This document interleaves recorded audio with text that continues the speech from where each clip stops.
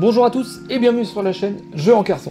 On se retrouve aujourd'hui pour une nouvelle vidéo avec ce jeu édité par Lucky Duck Games et proposé en septembre 2021 sur Game on Tabletop, le jeu Sleeping Gods. Dans cette vidéo, je vais vous montrer donc tout le matériel qui se trouve à l'intérieur ainsi que les exclusivités liées donc à ce financement participatif. On va voir donc l'ensemble de ces boîtes. N'ayez crainte, ce jeu a déjà été dépunché puisque je l'ai récupéré d'une personne qui n'en voulait pas.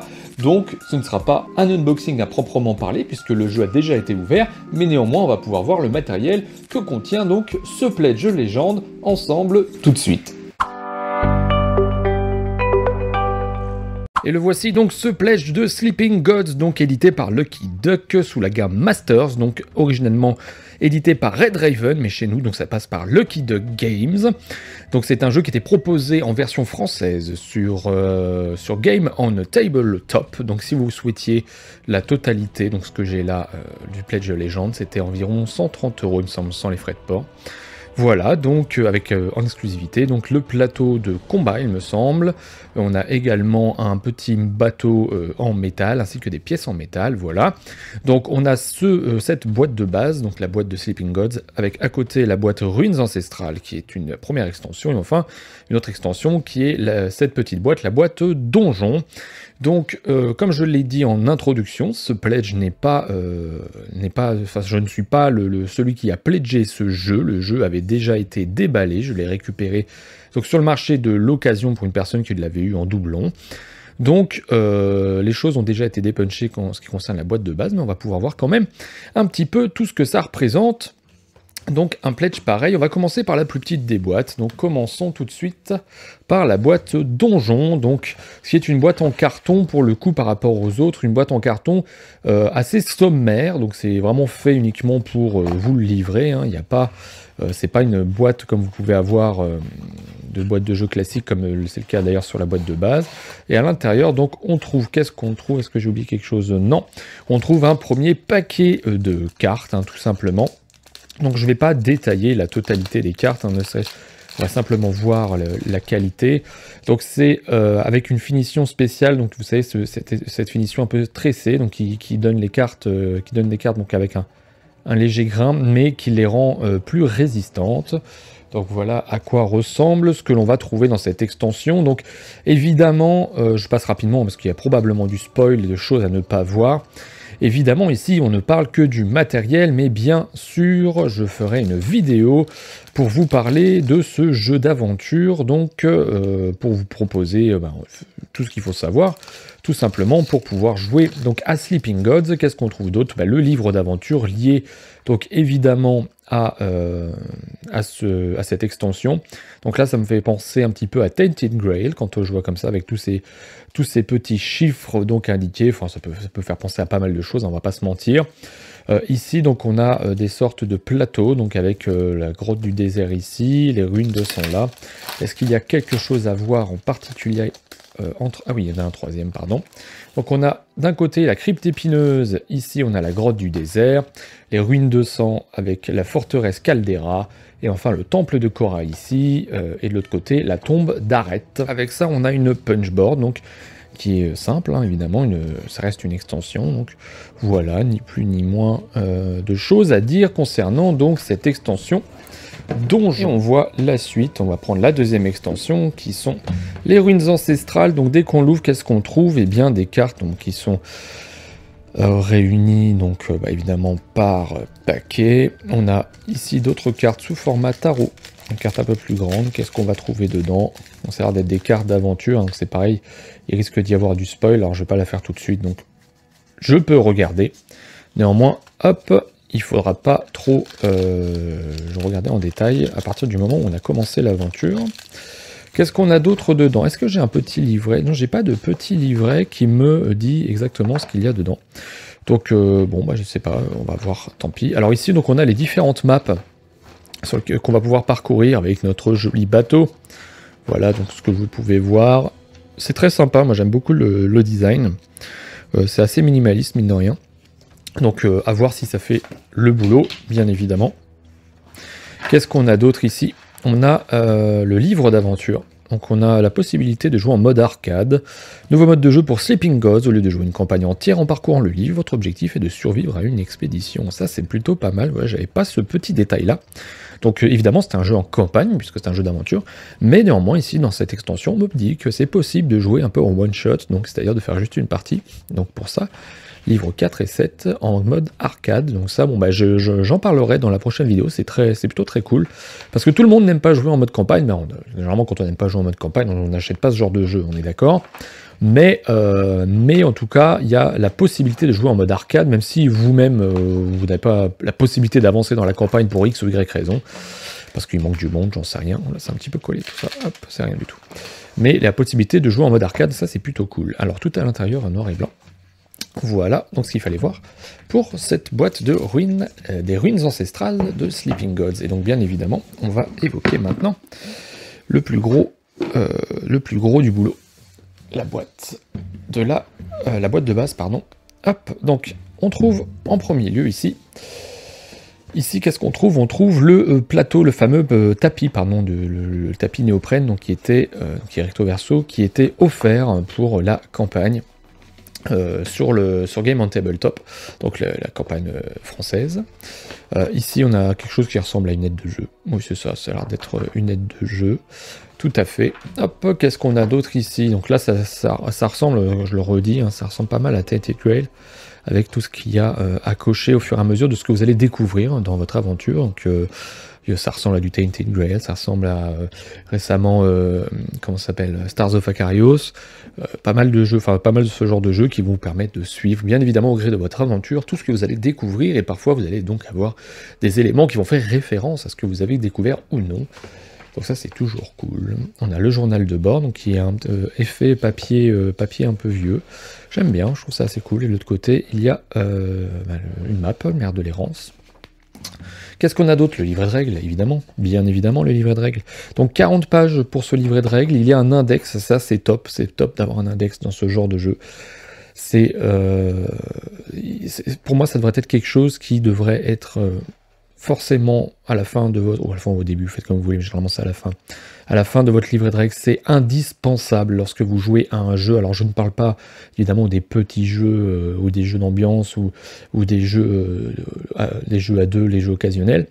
Vraiment sur ce genre de jeu, que ce soit des jeux d'aventure, que ce soit des jeux experts, il y a forcément à un moment donné besoin d'aller chercher un terme particulier parce que vous êtes en pleine partie, vous avez compris les règles, vous jouez avec quelqu'un qui je vous pose une question, et ceci, cela, et ceci, et cela, et puis là vous êtes là et vous cherchez, non c'est pas possible, là vous regardez, hop, combat, commerce, compétences, danger, défaite, défi, top, super, vous avez tout ce qu'il vous faut, vous posez une question, paf, vous y allez, et hop, vous êtes à la bonne page, et vous avez trouvé votre réponse, et vous enchaînez, vous sortez pas de l'histoire, et donc ça c'est méga cool.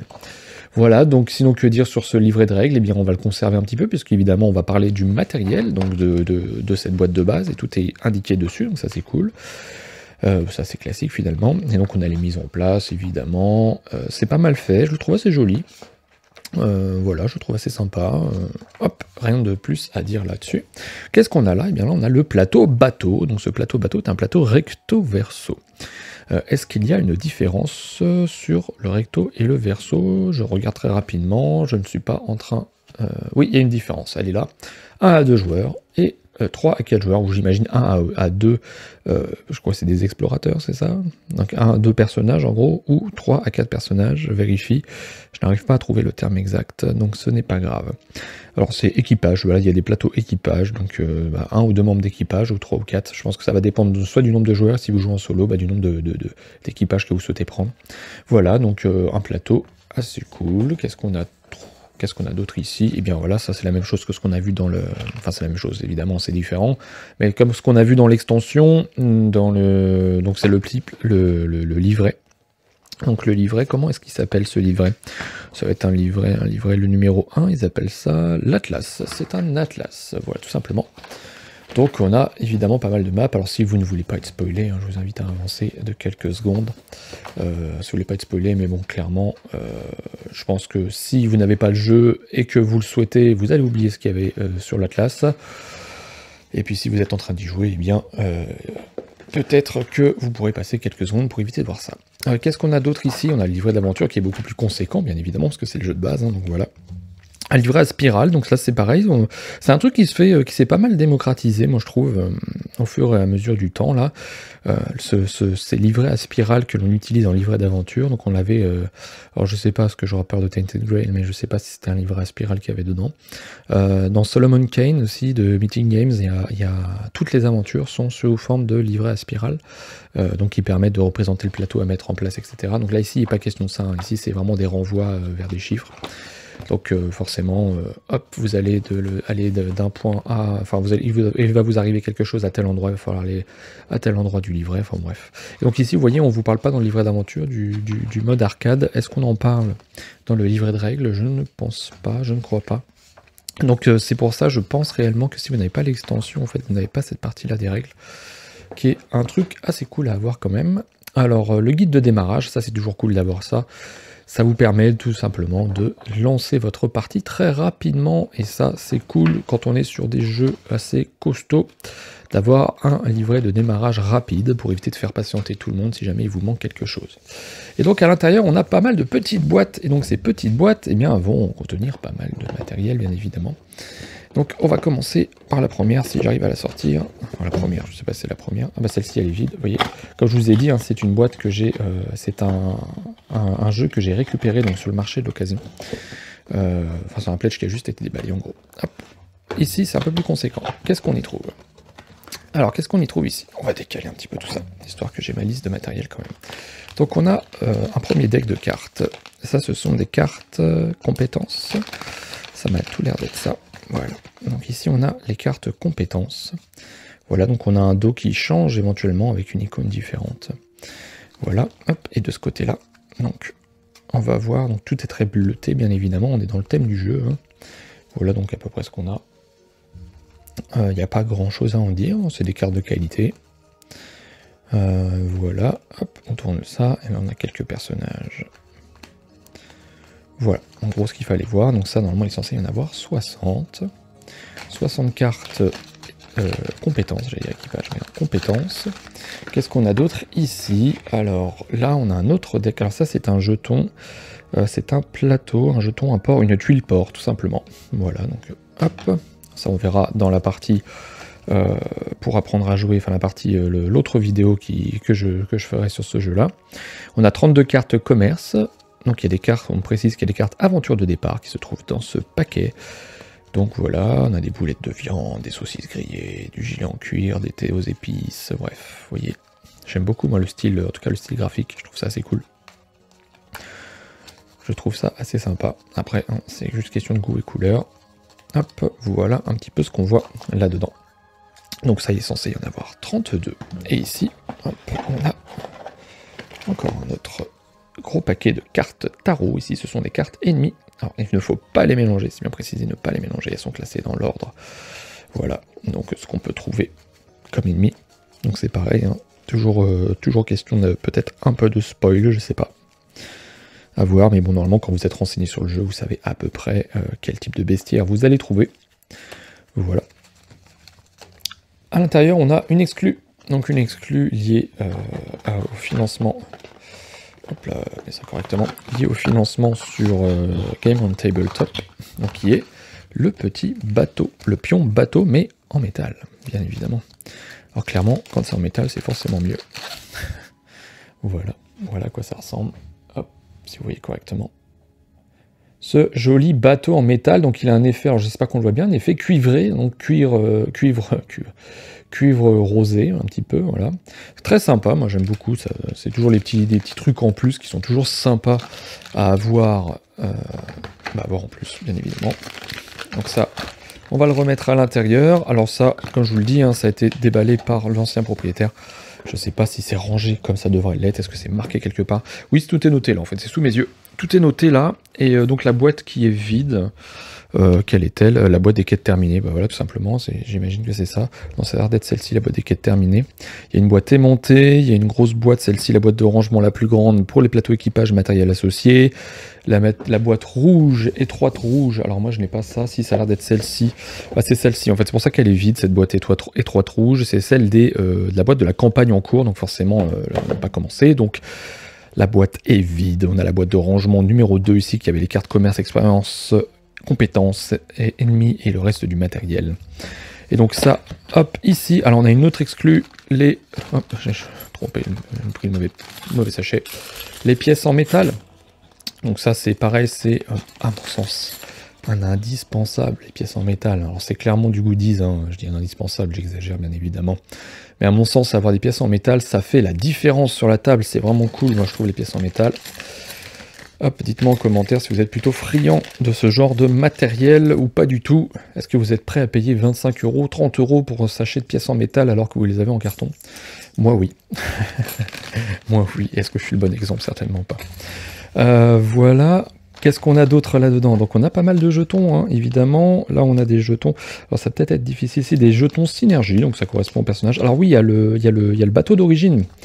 Je pensais pas qu'il était inclus dedans, généralement, enfin ça arrive souvent dans les pledges qui retirent le truc qui a été upgradé, entre guillemets, donc là voilà, on l'a. Il est assez cool aussi, hein, parce qu'il est peint finalement, donc ça c'est pas mal, hein. Moi je le trouve plutôt pas mal. Je pensais honnêtement que ce serait pas un pion, que ce serait, j'ai pas fait attention, je pensais que ce serait une figurine cartonnée, enfin un standee ou juste un token. Et en fait il est peint, donc là on voit les fenêtres bleues, enfin c'est assez cool, il est assez cool quand même. Donc, on trouve également à l'intérieur le jeton marin, donc ce petit jeton que l'on va pouvoir utiliser pour les actions. Ensuite on a pas mal, donc là des jetons synergie qui correspondent donc au personnage. Voilà, on a pas mal de tokens différents. Ici, donc, on va avoir différents cubes en bois. Donc, on a ces cubes-là qui sont des cubes, donc ça va être des cubes de dégâts. Des cubes d'attaque, je sais plus. Ici, hop, on a les cubes de dégâts du bateau. On trouve d'autres... Ici, d'autres... Donc, tout ça, c'est en bois, hein. Ici, d'autres cubes bleus. Qu'est-ce qu'on a d'autre? On a pas mal de tokens différents. Ça va être des tokens fatigue, des tokens de fouille. Voilà, les ressources. Hop, ça je le passe. Ça, ce sont les pièces donc, qui ont été remplacées par les pièces en métal. Ici, on a les jetons de blessures. Donc, on a des 5 et des 1 blessures. Les 1 blessures sont en bois. Donc, ce sont ces espèces de gouttes là.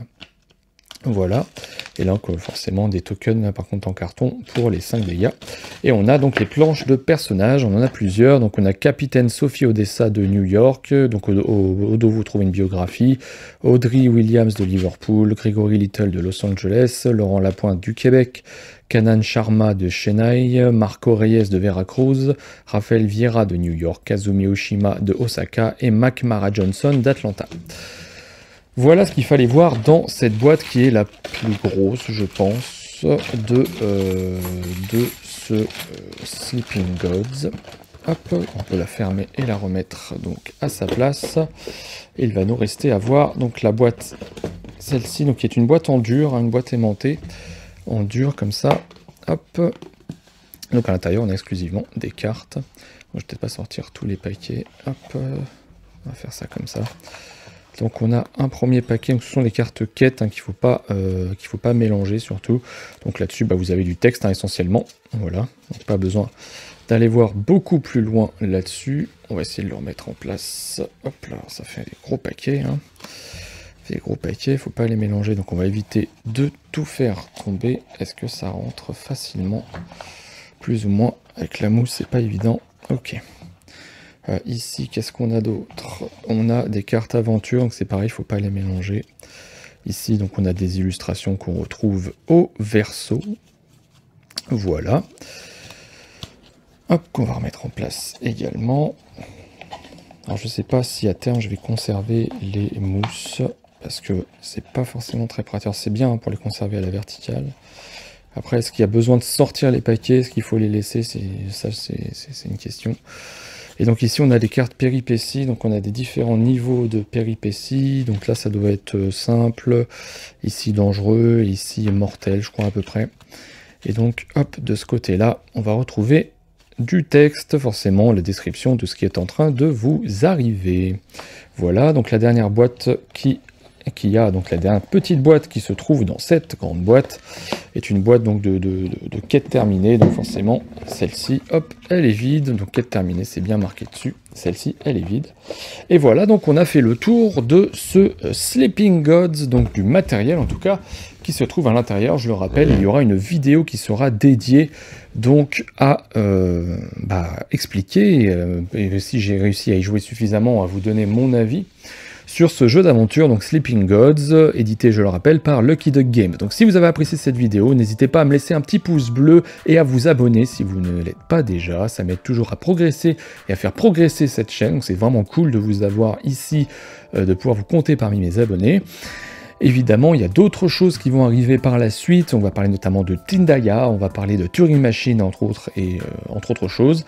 Donc je vous invite fortement à vous abonner, à activer la petite cloche pour les notifications, comme ça à chaque fois qu'une vidéo apparaît, à chaque fois que je publie une vidéo, vous la verrez.